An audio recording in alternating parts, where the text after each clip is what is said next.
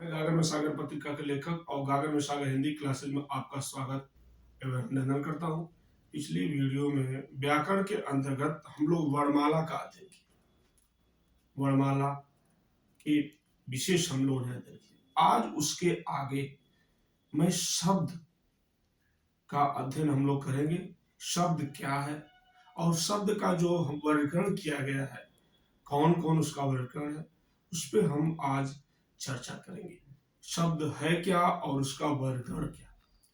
क्योंकि जो भी मैं वीडियो आप लोग को उपलब्ध कराऊंगा, जान लीजिए कि एकदम सीरियलिटी से रहेगी। उसमें किसी प्रकार की आपको असुविधा नहीं होगी, कहीं प्रकार की कोई समस्या नहीं होगी। आपको एकदम सीरियल से आपको वर्ण, वर्ण के बाद शब्द, शब्द के बाद वाक्य, इस तरह से हम एकदम सीरियलिटी की हिसाब से हम चलेंगे। तो हम आते हैं शब्द। शब्द है क्या? शब्द, शब्द पे हम आज चर्चा करेंगे। शब्द है क्या? मैं इसके पहले आप ध्यान दीजिएगा, ध्वनि हम लोग चर्चा किए। ध्वनि, ध्वनि क्या थी? ध्वनि के बाद वर्ण क्या है, इसके बाद हम चीज शब्द पे आए। ठीक है? तो ध्वनि कहते किसे? जब हम किसी वर्ण का उच्चारण करते हैं तो जो वर्ण उच्चारण करते हैं उसी उच्चारण रूप को हम क्या कहते हैं? ध्वनि कहते हैं। वर्ण के उच्चारण रूप, उच्चारण रूप को ध्वनि कहते हैं। वर्ण के उच्चारण रूप को क्या कहते हैं? ध्वनि कहते हैं। जिस वर्ण का हम उच्चारण करते हैं उस उच्चारण रूप को हम ध्वनि कहते हैं। लेकिन यह चीज कह रहा है, ये ध्वनि कहलाती है। लेकिन जिस वर्ण का हम उच्चारण करते हैं उसी को जब हम लिपिबद्ध करते हैं तो वर्ण बन जाता है। तो ध्वनि के लिखित रूप, लिखित रूप को वर्ण कहते हैं। मतलब ध्वनि का लिखित रूप वर्ण हो गया और वर्ण का उच्चारण रूप ध्वनि हो गई। अब देखिए शब्द क्या। तो शब्द जो वर्ण हो गया, वर्ण के उच्चारण रूप को हम ध्वनि कहते हैं, ध्वनि के लिखित रूप को हम वर्ण कहते हैं और वर्ण का उच्चारण ध्वनि कहलाती है। अब प्रश्न ये बनता है कि शब्द किसे कहते हैं? ठीक है? तो वर्णों या अक्षरों के, वर्णों या अक्षरों के सार्थक समूह, सार्थक समूह को शब्द कहते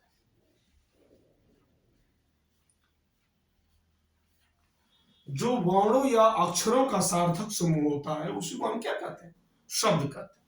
अब देखिए तीनों परिभाषा एकदम आपको क्लियर, स्पष्ट दिख रही है। शब्द कहते हैं, यह आप विशेष तौर से ध्यान रखिएगा। अब हर वर्णों या अक्षरों का सार्थक समूह शब्द नहीं हो सकता। उसका सार्थक समूह, किंतु यहां लिख सकते हैं, किंतु प्रत्येक, प्रत्येक वर्ण समूह को, प्रत्येक वर्ण समूह को शब्द नहीं कहा जा सकता।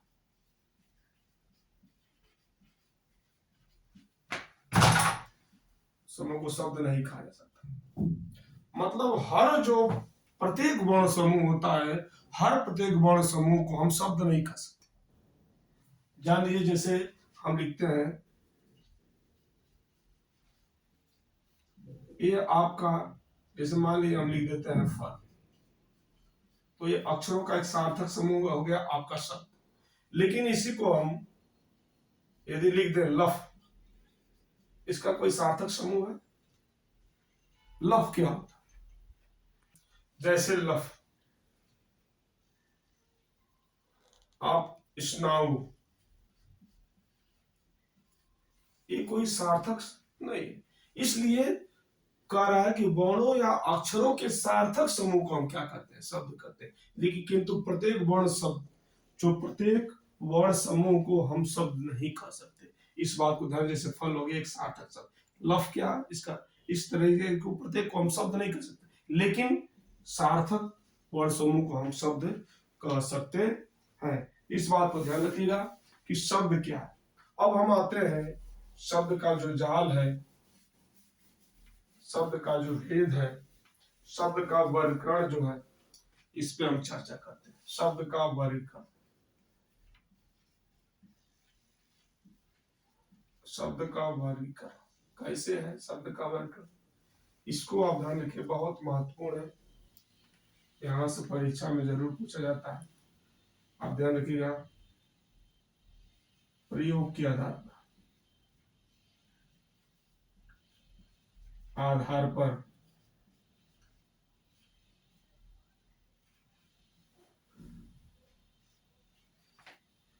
रचना या बनावट के आधार पर,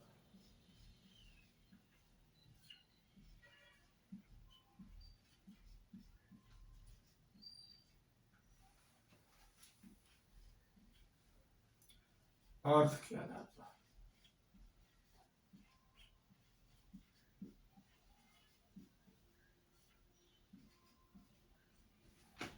अगला पॉइंट है विकास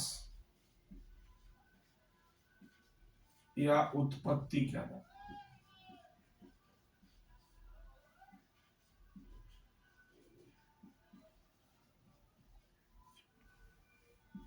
इनके आधार पर शब्द की क्या कौन कौन भेद है, इस बात को हम ध्यान रखेंगे। ठीक है, नंबर 1, नंबर 2, नंबर 3 और नंबर 4। तो प्रयोग के आधार पर दो भेद होते हैं। एक होता है विकारी शब्द, विकारी शब्द, दूसरा होता है अविकारी शब्द, अविकारी शब्द। अविकारी के अंतर्गत 4 भेद होते हैं। संज्ञा, दूसरा सर्वनाम,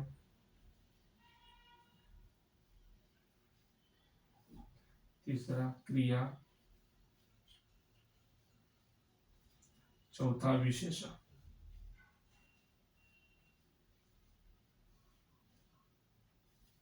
ठीक है, अविकारी को ही हम जान लीजिए अव्यय भी कहते हैं। इसमें आता है क्रिया विशेषण,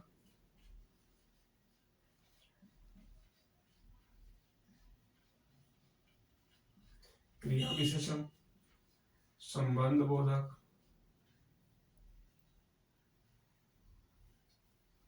संबंध बोधक,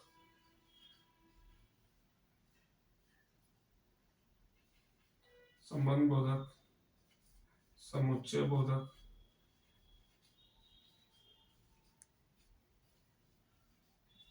चौथा है विस्मयादि बोधक,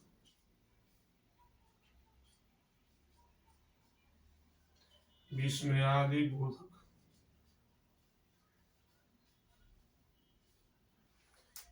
ये इसको हम अव्यय भी कहते हैं। अव्यय क्यों कहते हैं, अभी हम चर्चा इस पे करेंगे।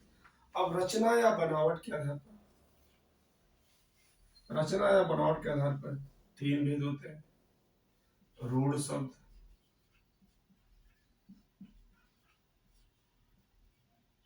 यौगिक शब्द,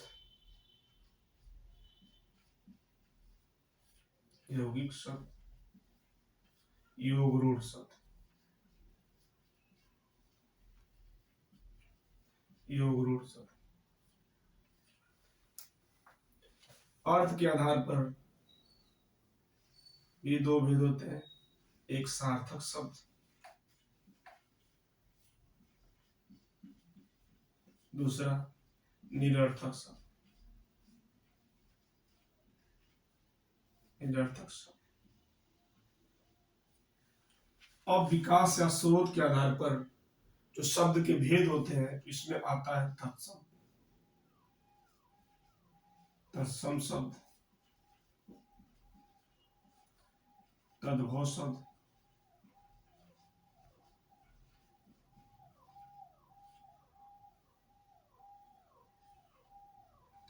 तत्सम शब्द, तद्भव शब्द, भेषज शब्द,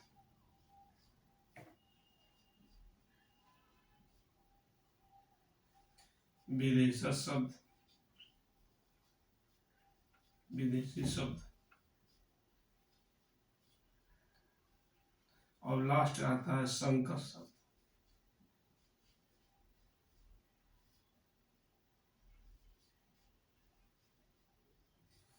यह आपका पूरा एक जाल है, शब्द का पूरा एक जाल है। अब हमको इसके अंतर जितने भी टॉपिक आपको दिख रहे हैं, अर्थ के आधार पर सार्थक शब्द क्या होते हैं, निरर्थक शब्द क्या होते हैं। जैसे मैं बोलता हूं, लिखता हूं फल, अग्नि, इस तरह के कुछ शब्द होते हैं जो सार्थक होते हैं। निरर्थक कौन कौन होते हैं, ये हम जब इस पे अभी अध्ययन करेंगे विशेष, तो मैं बताऊंगा कि निरर्थक शब्द क्या होते हैं। अब रचना या बनावट के आधार पर रूढ़ शब्द क्या होते हैं, रूढ़ शब्द क्या है, यौगिक शब्द क्या है, योग रूढ़ शब्द क्या है, इस पे हम अध्ययन करेंगे।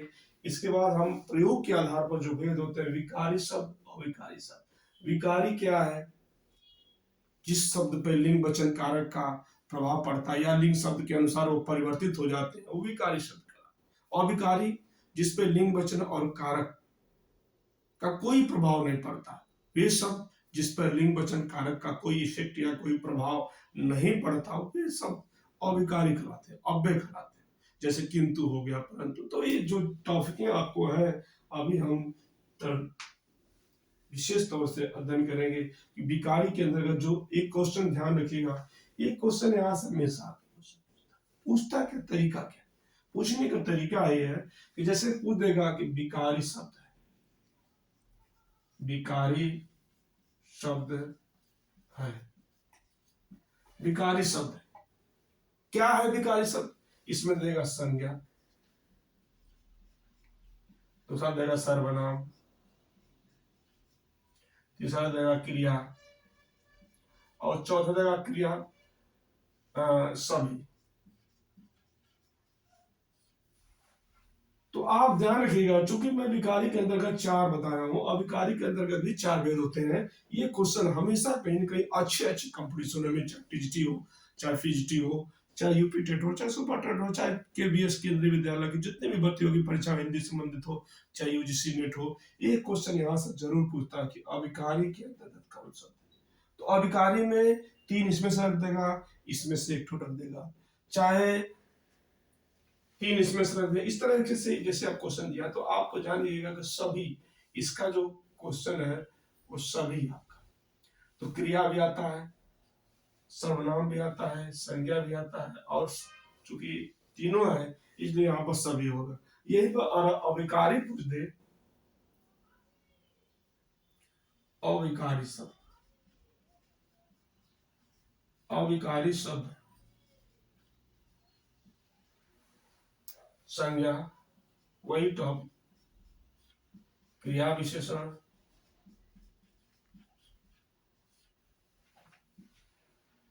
सर्वनाम,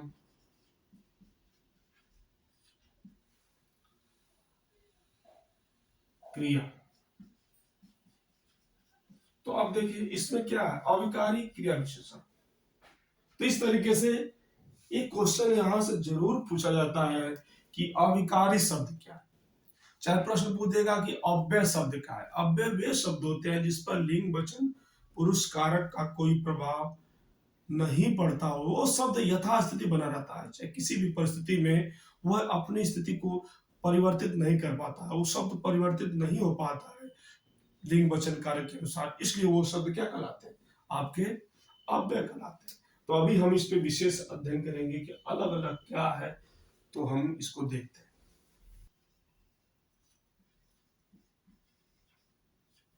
जो रचना के आधार पर हमने शब्द देखा, अभी डायग्राम में बनाया, तो रचना के आधार पर 3 बताया, एक रूढ़ शब्द, रूढ़ शब्द क्या है? एक यौगिक शब्द,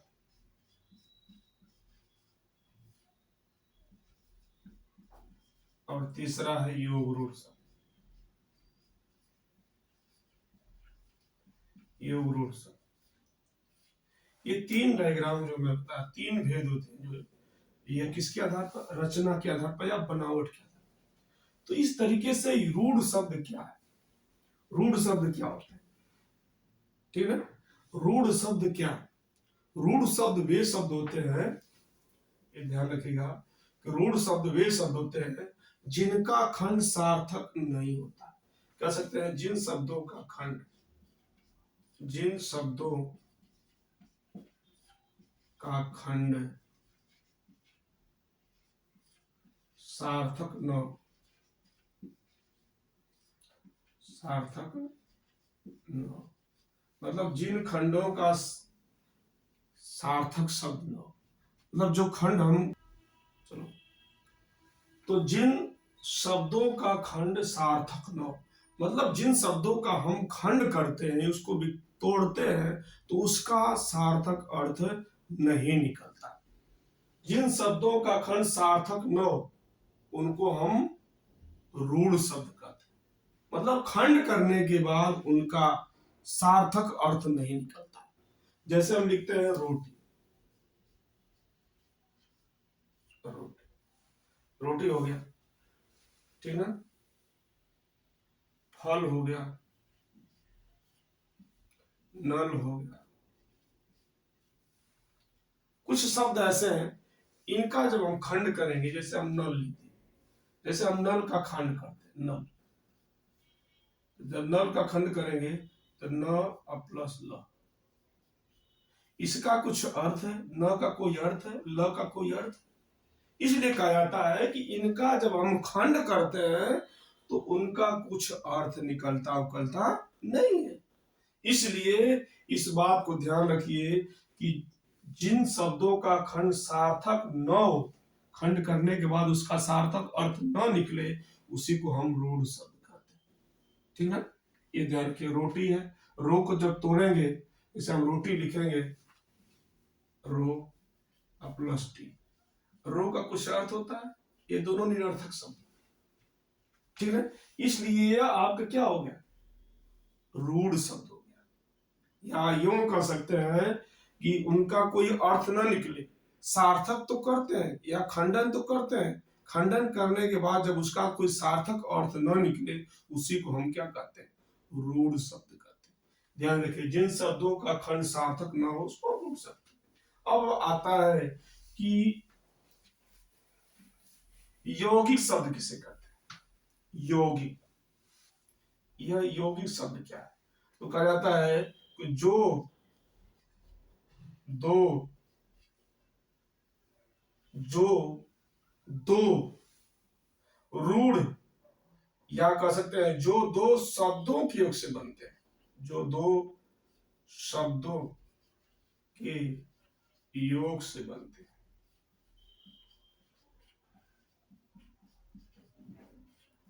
जो शब्दों के योग से बनते हैं, जो दो शब्दों, जो दो शब्दों के योग से बनते हैं, उनको हम क्या कहते हैं?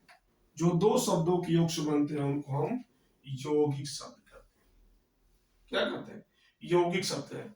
या जिनका हम कह सकते हैं खंड सार्थक होते हैं, या इनका जब हम खंड करते हैं, या कह सकते हैं जिनका खंड,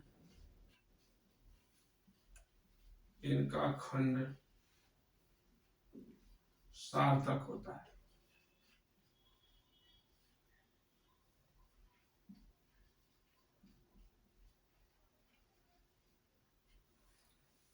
जिनका खंड क्या होता है? सार्थक होता है। या दो शब्दों की योग से बनते हैं, और यह कह सकते हैं कि जिनका खंड क्या होता है? सार्थक होता है। जैसे मैं लिख दूं, आप सपोज करिए विद्यालय, विद्यालय लिख दिया हमने, विद्यालय लिख दिया, ठीक है? जैसे विद्यालय, तो विद्यालय का जब देखिए हम खंड करते हैं, इसका विद्या और प्लस आला हो गया, तो आलम में जानते हैं आप, घर होता है, विद्या माने विद्या ग्रहण करने का जो घर होता है वही क्या कहलाता है, विद्यालय। तो ध्यान से देखिए, जब हमने क्या लिखा, यौगिक शब्द वे शब्द होते हैं जो दो शब्दों के योग से बनते हैं और जिनका खंड भी क्या होता है, सार्थक होता है। जब इसका हम खंड करते हैं तो खंड उसका क्या होता है, वो भी सार्थक कहलाता है। ये ध्यान की, तो जैसे हमने विद्या और आलक हमने जब विखंडित किया, खंडन किया उसका, तो क्या बन गया, ये आपका सार्थक अर्थ दे रहा है, इसलिए क्या हो गया, यह आपका विद्यालय, यह आपका यौगिक शब्द हो गया। जैसे आप लिखते हैं दिनकर, यह भी यौगिक शब्द है। रसोई घर, रसोई घर, ठीक है, ये भी आपका सार्थक शब्द है। जैसे घुड़सवार, ये भी आपका क्या है, ये सब यौगिक शब्द है। घुड़सवार, घोड़े पर सवार, रसोई घर, ये भी दोनों दो शब्दों की योग से बन रहा है। तो इस तरह के जो खंडन करने के बाद भी जिसका अर्थ सार्थक हो, उसी को हम क्या कहते हैं, यौगिक शब्द कहते हैं। अब ध्यान दीजिए, अगला पॉइंट जो है आपका योग रूढ़ शब्द। योग रूढ़ शब्द, योग रूढ़ शब्द क्या होते हैं, जो जो दो दो शब्दों के योग से बनते हैं, जो दो शब्दों के योग से बनते हैं पर अपना अपना सामान्य अर्थ छोड़कर, सामान्य अर्थ छोड़कर, जो सामान्य अर्थ छोड़कर एक विशेष अर्थ देते हैं, जो सामान्य अर्थ छोड़कर एक विशेष अर्थ देते हैं, उसे हम क्या कहते हैं, योग रूढ़ शब्द कहते हैं। मतलब क्या होता है, जैसे आप बहुब्रीहि समास पढ़ेंगे, बहुब्रीहि समास में क्या होता है, वो भी तीसरा अर्थ प्रदान करके रहता है, जो अपना शब्द होता है उससे छोड़ करके तीसरा अर्थ प्रदान कर, ठीक वही कंडीशन यहाँ पे कह रहा है कि जो दो शब्दों की योग से बनते हैं, यौगिक शब्द, जो दो शब्दों के योग से बनते हैं वो यौगिक शब्द हो गए। तो यौगिक शब्द होते हैं, लेकिन जब अपना अर्थ छोड़कर एक विशेष अर्थ देने लगते हैं, वही आपका योग रूढ़ शब्द कहलाता है। जान लीजिए कि जितने भी बहुब्रीहि समास के एग्जाम्पल है, बहुब्रीहि समास के उदाहरण है, वो सारे योग रूढ़ के अंदर आते हैं। इस कह सकते हैं कि योग रूढ़ इक्वल टू बहुब्रीहि समास, दोनों इक्वल होते हैं, दोनों बराबर होते हैं, बहुब्रीहि समास बराबर योग रूढ़ शब्द। ये दोनों एग्जांपल से, जैसे आप लिखते हैं दशान, दशान, जैसे एक दंत, ठीक है, और भी एग्जांपल तमाम है जो बहुब्रीहि समास के उदाहरण, जैसे हो गया लंबोदर, जैसे चक्रपाणी, बीड़ा पाणी,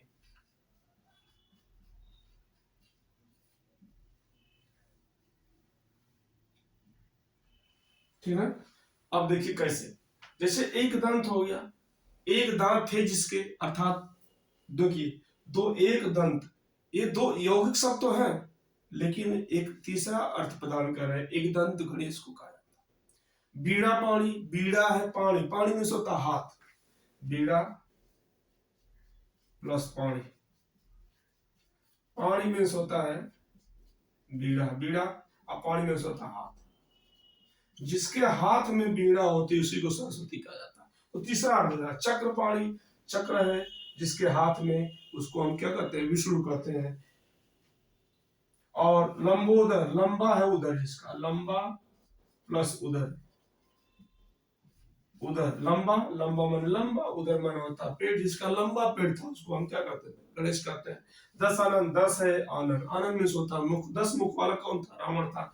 चक्रपाणी बीड़ा, इस तरीके से जो भी बहुब्रीहि समास के एग्जाम्पल होते हैं वो समझ लीजिए कि ये कह रहा है कि जो दो शब्दों के अक्ष बनते हैं पर अपना समान अर्थ छोड़कर एक विशेष अर्थ देने लगते हैं, उसी को हम क्या कहते हैं, योग रूढ़ शब्द कहते हैं। तो यह रहा आपका रचना के आधार पर शब्द के जो 3 भेद थे, रूढ़ शब्द, यौगिक शब्द, योग रूढ़ शब्द, इस पे हम अध्ययन किए।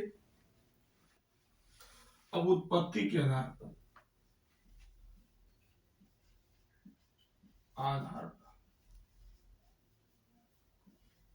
शब्द के जो भेद हम किए, उत्पत्ति के आधार पर शब्द के जो भेद हम लोग किए, तत्सम शब्द, तद्भव शब्द,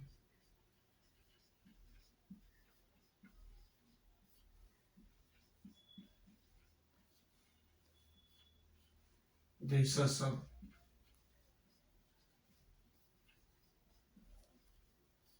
विदेशज शब्द,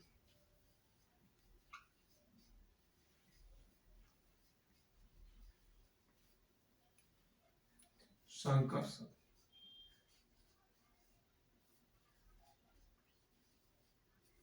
अब हम आते हैं तत्सम शब्द क्या, ध्यान दीजिए।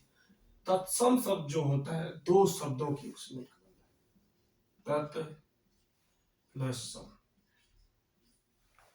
इस बात को ध्यान दीजिए। तत् धन शब्द, तत् मीन्स होता है, इसका अर्थ होता है उसके, अर्थात कोष्ठ में संस्कृत के,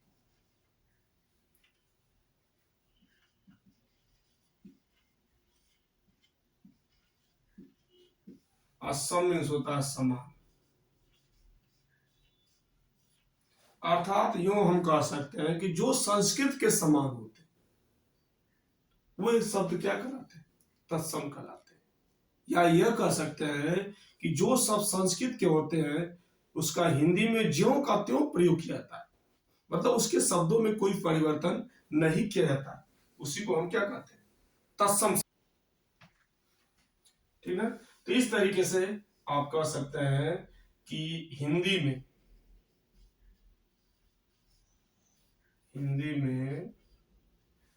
जो आप ये कहलाता है कि हिंदी में जो शब्द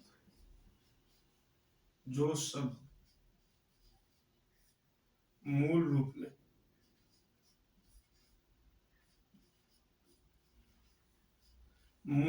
में संस्कृत से आए, मूल रूप में कहां से आए, संस्कृत से आए।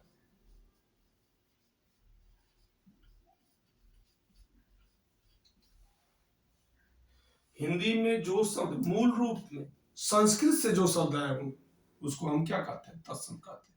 या ये कह सकते हैं कि संस्कृत के वे शब्द जो हिंदी में, जो संस्कृत के शब्द होते हैं, किसके शब्द होते हैं,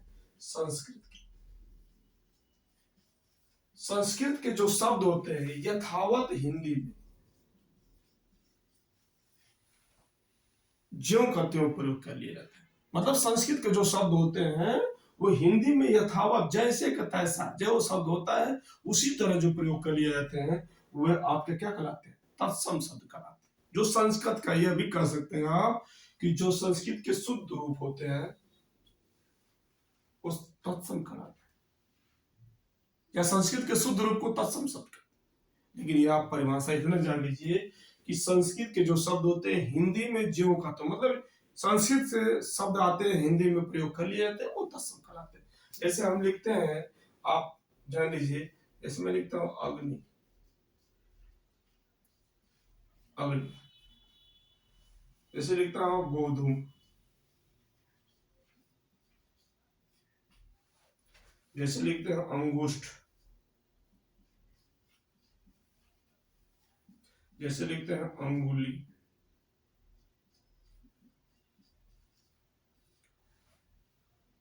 ठीक है। जैसे हम लिखते हैं कोकिला,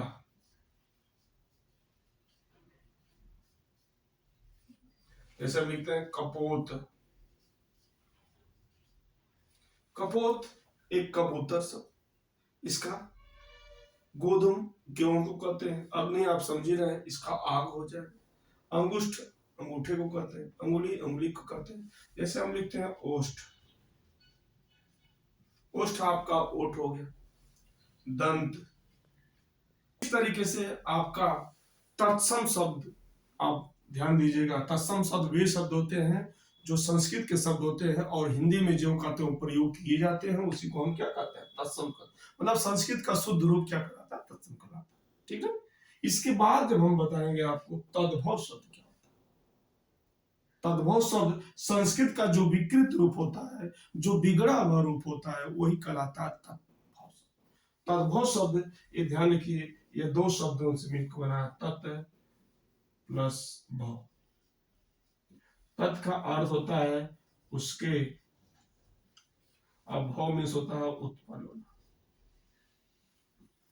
मतलब जो संस्कृत से उत्पन्न हुए हैं या संस्कृत का जो बिगड़ा हुआ रूप होता है, उसी को हम तद्भव शब्द कहते हैं। तो अगली वीडियो में इसका जो अगले तद्भव शब्द होगा उस पर हम चर्चा करेंगे। तब तक ये धन्यवाद।